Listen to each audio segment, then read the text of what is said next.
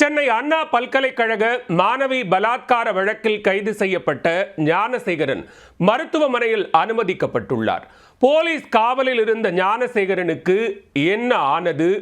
ஒரு நாள் நடத்தப்பட்ட போலீஸ் விசாரணையில் ஞானசேகரன் சொன்ன தகவல்கள் என்ன? சென்னை அண்ணா பல்கலைக்கழக மாணவி பாலியல் வன்கொடுமை செய்யப்பட்ட சம்பவம் தமிழ்நாடு முழுவதும் பெரும் கொந்தளிப்பை ஏற்படுத்தியது. இந்த சம்பவத்தில் கோட்டூர்புரத்தைச் சேர்ந்த ஞானசேகரன் என்பவர் கைது செய்யப்பட்டு புழல் சிறையில் அடைக்கப்பட்டார். இந்த விவகாரத்தில் கைது செய்யப்பட்ட ஞானசேகரன் அமைச்சர்கள் உள்ளிட்டோருடன் நெருக்கமாக இருக்கும் படங்கள் வெளியாகி பெரும் சர்ச்சை வெடித்தது. மேலும் ஞானசேகரன் போனில் சார் என குறிப்பிட்டதாகவும் இதனால் யார் அந்த சார் என்ற சர்ச்சையும் வெடித்தது. தமிழக சட்டமன்றத்திலும் இந்த விவகாரம் எழுப்பப்பட்டது. இந்த வழக்கை தாமாக முன்வந்து விசாரித்த சென்னை உயர்நீதிமன்றம் 3 பெண் காவல் அதிகாரிகள் கொண்ட சிறப்பு குழுவை நியமித்தது. சென்னை அண்ணாநகர் காவல் துணை ஆணையர் ஸ்நேகபிரியா தலைமையிலான 3 பெண் IPS அதிகாரிகளை கொண்ட சிறப்பு புலனாய்வு குழு அமைக்கப்பட்டது.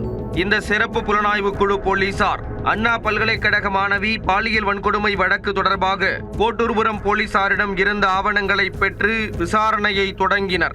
மேலும் ஞானசேகரனை 7 நாள் போலீஸ் காவலில் எடுத்து விசாரிக்க சைதாப்பேட்டை 9வது நீதிமன்றத்தில் அனுமதி கேட்டு மனு தாக்கல் செய்தனர். மேஜிஸ்ட்ரேட் சுப்பிரமணியன் இந்த வழக்கு தொடர்பாக விசாரணை நடத்தி ஞானசேகரனிடம் 7 நாட்கள் போலீஸ் காவலில் விசாரணை நடத்த அனுமதி வழங்கினார். அதைத் தொடர்ந்து கடந்த 20ஆம் தேதி மாலை ஞானசேகரனை சிறப்பு புலனாய்வு குழு போலீசார் அழைத்துச் சென்றனர். காவலில் எடுக்கப்பட்டுள்ள ஞானசேகரனிடம் நேற்று முன்தினம் இரவு எழும்பூர் காவல் நிலையத்தில் வைத்து விடிய விசாரணை நடைபெற்றது. விசாரணைக்கு பின் நேற்று அதிகாலையில் அண்ணாநகர் துணை ஆணையர் அலுவலகத்திற்கு ஞானசேகரன் அழைத்துச் செல்லப்பட்டார்.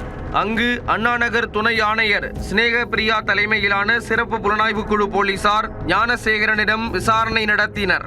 இந்நிலையில் ஞானசேகரனுக்கு திடீரென உடல்நலக் குறைவு ஏற்பட்டதாக கூறப்படுகிறது. போலீஸ் காவலில் இருந்த ஞானசேகரனுக்கு இன்று அதிகாலையில் வலிப்பு ஏற்பட்ட நிலையில் போலீசார் அவரை ஸ்டான்லி அரசு மருத்துவமனையில் சேர்த்துள்ளனர்.